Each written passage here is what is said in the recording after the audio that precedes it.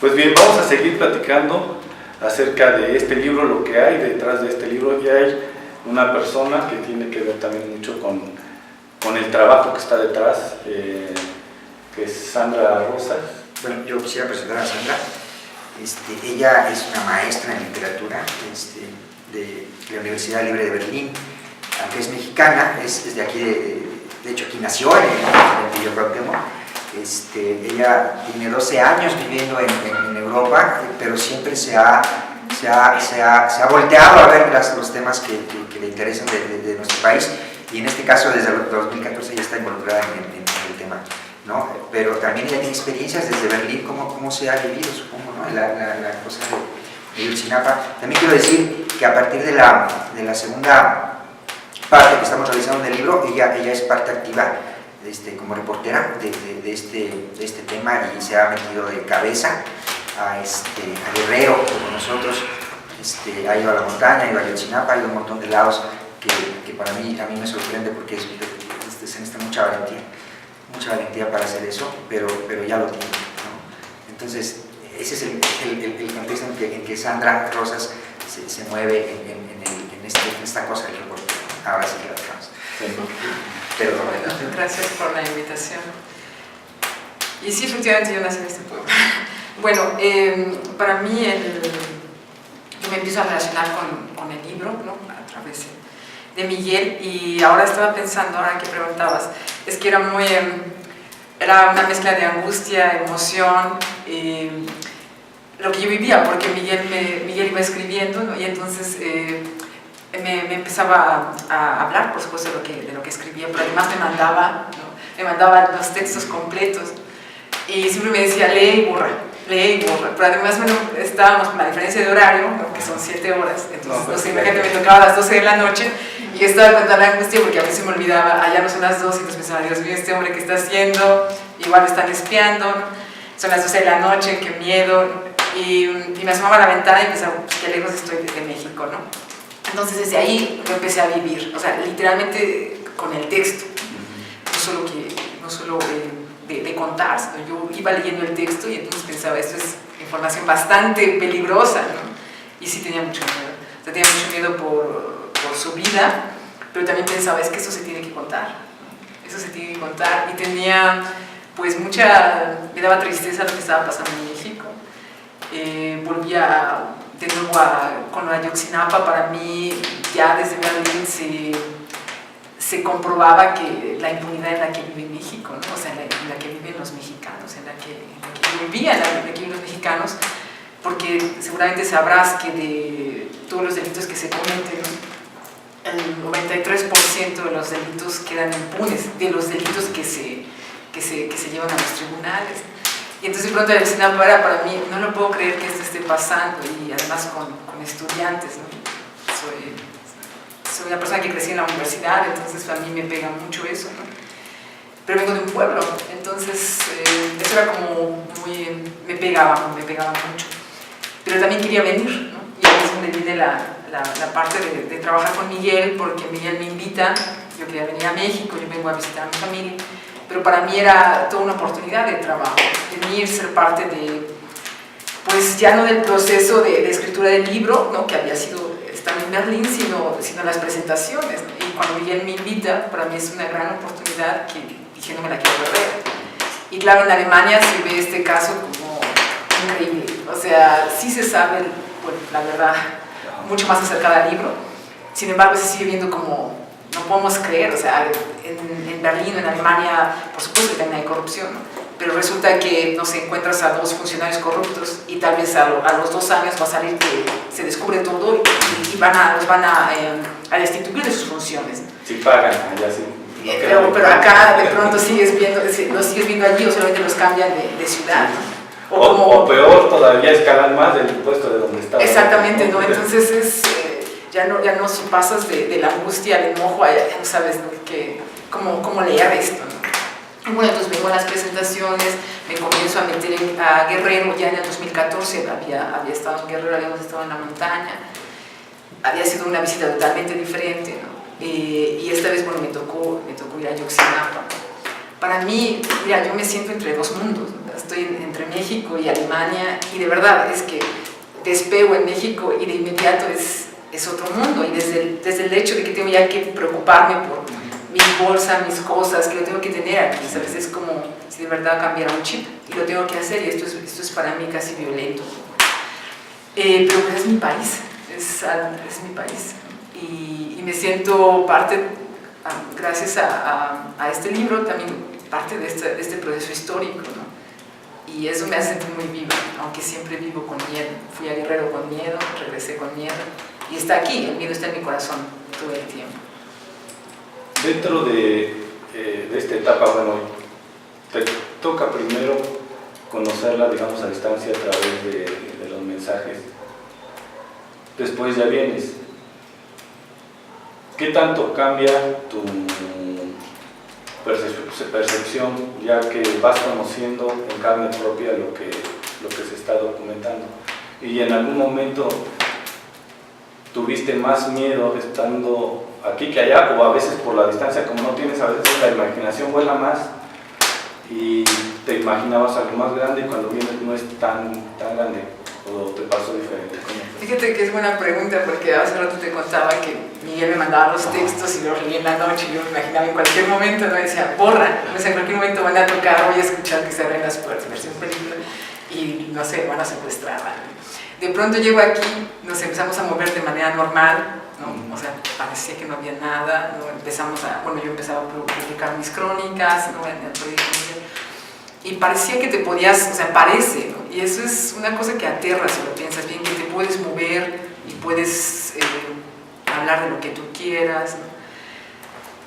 Y eso es algo que hubo momentos, por ejemplo, cuando estaba en Ayotzinapa, cuando estuvimos, por ejemplo, en Chilpancingo, que, te digo, el miedo estaba allí, ¿no? Pero no veías como que algo pasaba, no tuvimos, nos han preguntado si teníamos amenazas, o pasaban cosillas por ahí, anécdotas, ¿no? Como en una ocasión, una presentación en Chilpancingo, si no me equivoco, en Iguala, ¿no? Un señor acomedido, amable, llega y le mete una cartita, un papelito en la bolsa de la camisa a Félix, ¿no? A Félix Santana, al otro autor, ¿no? Y esas cosas, fíjate que eso sí me provocó mucho miedo, porque ya llegamos a la casa, nos quedamos con unos amigos de Morena, llegamos allá, y Félix nos dice, ¿saben qué? Les tengo que enseñar algo, ¿no? Pero eran así tipo, igual a las 12 de la noche, habíamos llegado con escolta de amigos allí, y yo pensando, ay Dios mío, ¿qué pasó? Y me dieron esta carta. Y entonces, de verdad, o sea, abrir la carta, porque no la leyó en voz alta, pero en ese momento, tener ese papelito ahí simple, yo pensé, esta es una amenaza de muerte, o sea, yo ya veía todo, cómo voy a escapar de aquí, cómo nos vamos a ir, o sea, sí.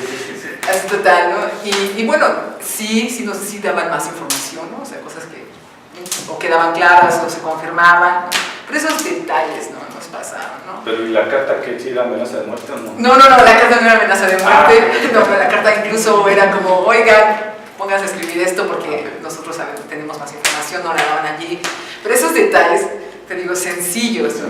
Pero para mí eran como esta realidad, era como un toque de pronto, pensó, ay, ahora sí nos va a pasar algo aquí, ¿no? Fíjense, yo sé, nosotros sabemos, estamos conscientes de que estos cuates no perdonan, el gobierno no perdona, los soldados no perdonan, y vamos a pagar de alguna manera en algún momento, no necesariamente con la vida. Hay un montón de cosas, de formas en las que te pueden quebrantar, y la más fácil, por ejemplo, es Hacienda, ¿no? Por ejemplo. Pero lo cierto es que ahora nosotros tenemos que decidir, o sea, nosotros decidimos, Francisco Cruz, Félix Santana y yo, Miguel Alvarado, tuvimos que decidir qué haríamos con esa información, y si estábamos dispuestos a pagar las consecuencias lejanas o a corto plazo que pudiera generar. Entonces, pues la respuesta fue muy simple desde el punto de vista de un reportero, es, bueno, vivimos en México, tenemos una información como esta, ¿no? Y la estamos publicando. ¿La tomas o la dejas? Pues entonces dijimos, pues la tomamos, la hacemos, la publicamos y nos atenemos a las consecuencias. Nosotros no tenemos ningún tipo de protección, porque generalmente tiene que pasarte algo para que el Estado, además el Estado, te provea de cierta seguridad que ya está protocolizada y que se les otorga a los defensores de derechos humanos, a algunos activistas y a algunos reporteros, ¿no? Hay publicaciones enteras con su plantilla entera de periodistas metidos en ese programa, pero a otros no nos dan nada. Porque no les ha pasado. Porque no les ha pasado. Funciona más o menos como cuando uno va a emergencias o urgencias, ¿no? En el hospital tienes que estar muriéndote, ¿no? Literalmente, para que te atiendan, ¿no? Porque si no, pues no. Así funciona más o menos aquí. Pero en el caso de ustedes, ¿no ha habido, digamos, un indicio que te diga, sabes que ya no te metas por ese tema? No, lo único que tenemos es un seguimiento de nuestras personas que de pronto en las pocas presentaciones no se da cuenta, ¿no? Que hay tipos con el corte militar, con corte de policías federales, corte de guarura, pues, ¿no? Que están sentados ahí, que te están observando, que te toman fotos de manera indiscriminada. Y que a los tres, en este caso a los cuatro, a Sandra también le ha tocado estar, sí se disimulan, pero finalmente... Yo pienso que el gran miedo de nosotros es básicamente que no tenemos ninguna reacción de la parte oficial acerca de este libro, o sea... Como si no existiera. Como si no existiera, es un vacío que el mismo Estado genera en ese tipo de libros o en ese tipo de investigaciones. Pero también entendemos, pues, ¿no? Que si ellos salen a decir algo, por ejemplo, ¿no? Van a desacreditar su propia línea pública de investigación. O sea, nosotros podemos decir fehacientemente con pruebas que Coppola es una mentira, ¿no? Que lo de la incineración es una mentira, pero también podemos decir que el Estado sabe dónde están, sabe qué pasó con ellos, Ayotzinapa sabe qué pasó con ellos, y es el proceso en el que estamos trabajando, ¿no? ¿Cómo te sientes con ese trabajo terminado de manera? Bueno, ¿cómo me siento? No puedo decir que me siento orgulloso. Me parece que yo creo que es un trabajo que primero no se debió hacer, o sea, porque no debió haber pasado, ¿no? Y segundo, ya que lo hicimos, empezamos a reconocer nuestros errores, ¿no? En la técnica, ¿no? En la forma de decir las cosas, en la falta de algunos apuntalamientos, etc. Y eso, por lo menos a mí, me obliga a seguirle. O sea, yo si de algo estoy enfermo es de ayotzinapitis, porque no puedo dejar el tema. O sea, es una cosa que de pronto sí es medio enfermiza. O sea que la historia, por lo menos, continúa o se junta con otras historias que tendrán que ser contadas. Pues va a dar un giro, porque ahora va a ser desde la perspectiva de los sobrevivientes, ¿sabes? Pero de los infiltrados. O sea, los sobrevivientes nos han dicho un montón de cosas, ¿sí? Pero muy poco sobre los infiltrados, ¿no? Y cuando alguien habla de infiltración, generalmente está hablando de la misma base, ¿no? Que conforma a una organización, ¿no? Entonces, de pronto a nosotros Ayotzinapa nos parece, ¿no? Otra cosa.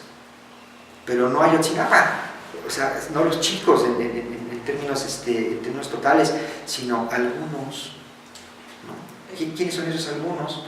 Bueno, y Ayotzinapa también como esta parte, ¿no? De este sistema corrupto en el que vivimos, claro. Que allí también Se ve reflejado de alguna manera, o se verá reflejado en lo que próximamente publique. Pues bien, vamos a dejar por el momento esta charla.